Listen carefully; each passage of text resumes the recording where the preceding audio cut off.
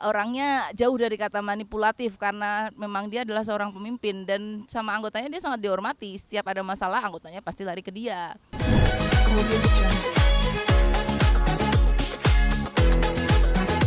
Oke, aku di sini berperan sebagai Meni. Meni itu adalah ibu ketum dia dari Sarti Serikat Asisten Rumah Tangga Inti Graha. Dan ini kayaknya udah tayang selama 1 bulan di RCTI. Pasti tahu dong ya kan yel-yelnya Sarti seperti apa. Kalau untuk karakter sendiri, Meni ini tegas dan dia tuh pintar. Seperti biasa, mainan saya kan di high and low.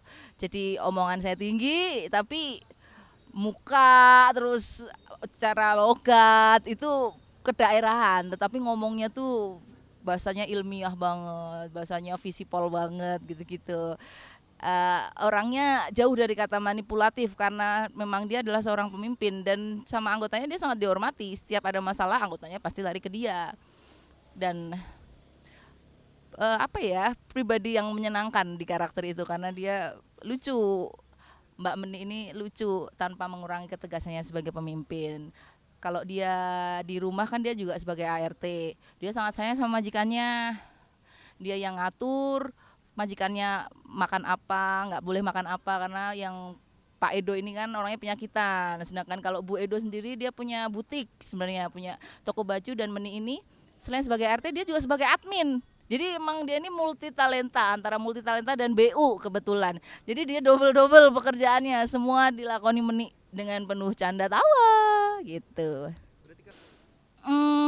Kalau Meni ya jelas di sini bukan antagonis ya.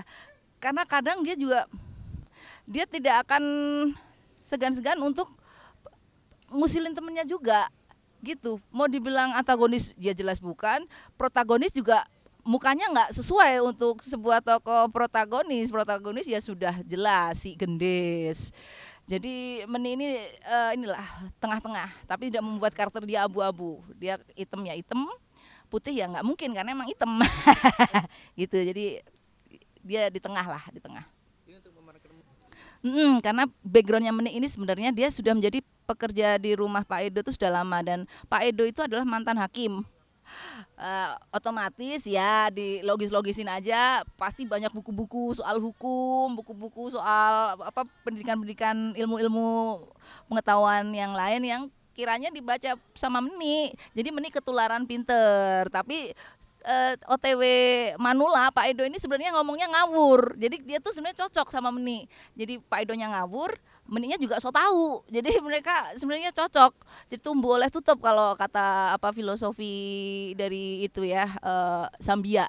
Tumbuh oleh tutup tuh artinya cocok. Jadi kalau aku sendiri riset Meni sudah sangat terbantu oleh dialog karena kita kan stripping ya, bukan produksi film yang memang harus observe membutuhkan waktu enggak, karena kita ini stripping kejar tayang ya pasti kita researchnya di lapangan, ada Google dan ada Twitter yang lagi trending apa sih, nah kita coba masukin lewat situ. Biasanya gitu.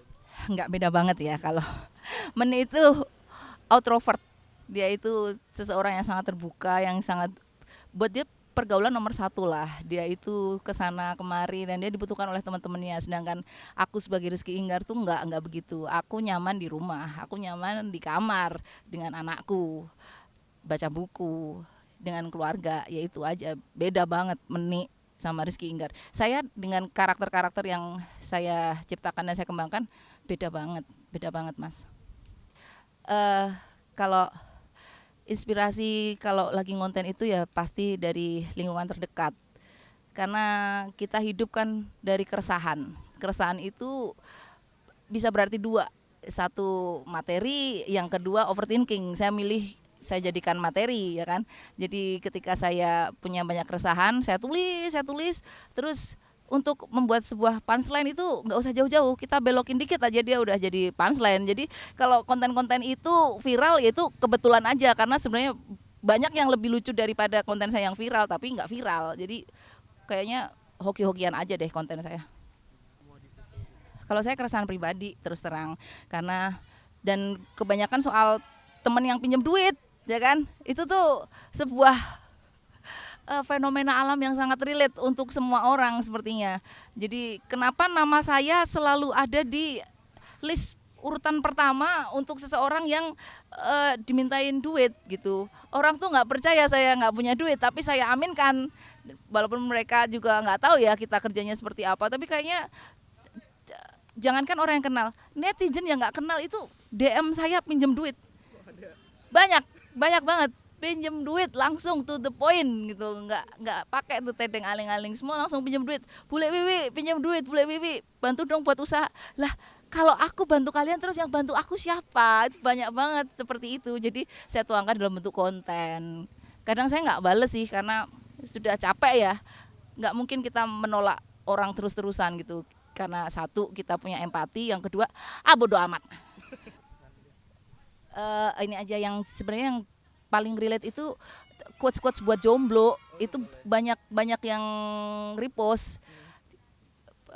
Misalnya gini nih, malam minggu kamu di dalam aja, masa kamu malam minggu nggak keluar? Kalah dong kamu nalar aja di luar, masa kamu di rumah? Ya gitu doang. Kasih musik teret udah jadi tuh. Kalau aku pribadi menanggapi generasi bangsa yang sukses di luar membawa nama baik bangsa sendiri, ya jelas senang lah. Kita sama-sama bersyukur ternyata kita masih bisa ini loh, saatnya kita tuh muncul ke permukaan. Kita tuh nggak bisa tuh berjuang di balik semak-semak terus, kita harus muncul. Bangsa yang besar itu kan selain menghargai jasa para pahlawannya juga dia harus menghargai mereka yang berprestasi di bidangnya. Jadi kita beri apresiasi, kita support. Kalaupun mereka melakukan miss dikit, nggak usah lah dibully sedemikian rupa di medsos gitu kan, karena apapun itu mereka sudah lebih unggul daripada kita.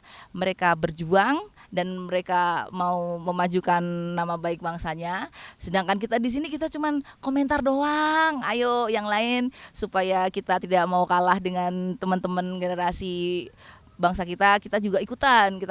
Jangan cuman komentar doang di medsos, kita bergerak dengan sendirinya. Oke. Saya rasa kalau kita ya, saya pribadi yang sudah lama besar di Indonesia kok kayaknya tidak akan mungkin meninggalkan negeri Indonesia. Apapun carut marutnya, apapun permasalahannya, pasti kita lebih mencintai tanah air kita.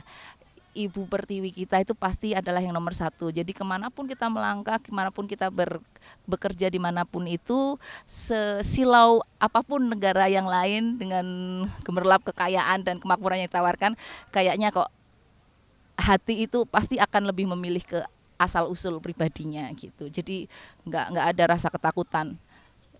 Generasi muda kita generasi yang nasionalismenya tinggi dan bukan orang-orang yang pragmatis.